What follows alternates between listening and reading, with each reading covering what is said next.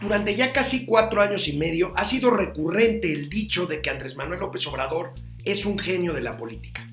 Yo nunca he dudado que lo sea, pero debo acotar que si lo afirmo es porque hablamos simplemente de política electoral y no necesariamente del contexto amplio de, como él mismo dice, ejercer el poder para ponerlo al servicio de los demás.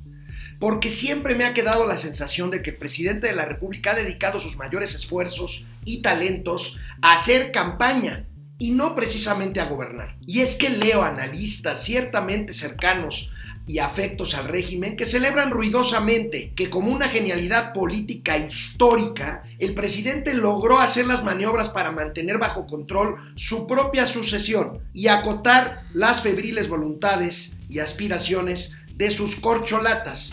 Pero francamente no encuentro, porque obviamente no hay, presunción de logros de gobierno más allá de la fantasía del tipo de cambio o el embuste de las remesas. Esas mismas plumas que alaban la capacidad de AMLO como estratega electoral han hecho maromas increíbles para justificar las graves fallas en lo verdaderamente importante: seguridad pública, salud, educación, economía, política exterior, desarrollo urbano, producción industrial o agropecuaria, en fin. ¿Qué importa pues la violencia exacerbada, el control del crimen organizado sobre territorio nacional? ¿Qué importa eso si Morena ha ganado la mayoría de los comicios de los últimos años y encabeza ya más de una veintena de entidades? Pareciera que lo verdaderamente relevante para este gobierno son las victorias electorales per se, en apoyo de leales, pero obviamente improvisados e indolentes gobernadores. Nombres, ahí tienen: Cuauhtémoc Blanco, Cuitlava García, Evelyn Salgado, por citar solo 3 ejemplos emblemáticos de una incapacidad rampante que solo da para ser obsequiosos con el patrón de Palacio Nacional.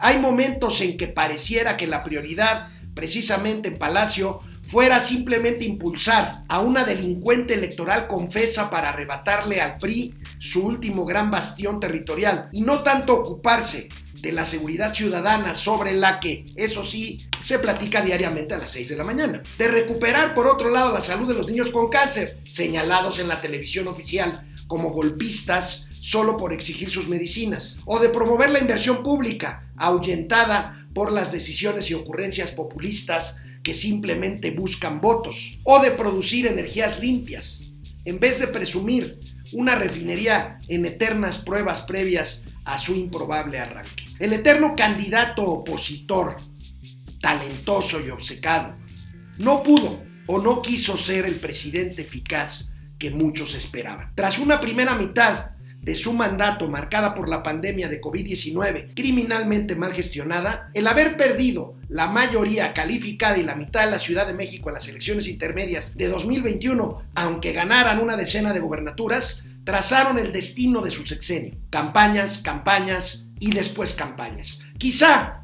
con algo de tiempo para deshacerse de contrapesos constitucionales y, sin duda, muy importante para ellos, deshacerse del árbitro electoral, claro, para seguir ganando elecciones. Y así, el presidente terminó por olvidar lo verdaderamente importante. Por eso será un sexenio perdido de cero crecimiento económico en términos reales. Nos acordaremos más de los 750,000 fallecimientos en exceso o de los 200,000 asesinatos que de haber aprovechado la irrepetible oportunidad del llamado nearshoring. El deseo de ampliar nuestra competitividad como nación tendrá que esperar. La mal llamada cuarta transformación podrá haber sido una implacable máquina electoral, incluso para probablemente lograr su ominosa continuidad el año que entra. Habrá de hacernos perder una generación de desarrollo. Esta palabra que en 2018, hace ya casi 5 años, fue mandada literalmente al rancho presidencial de Palenque.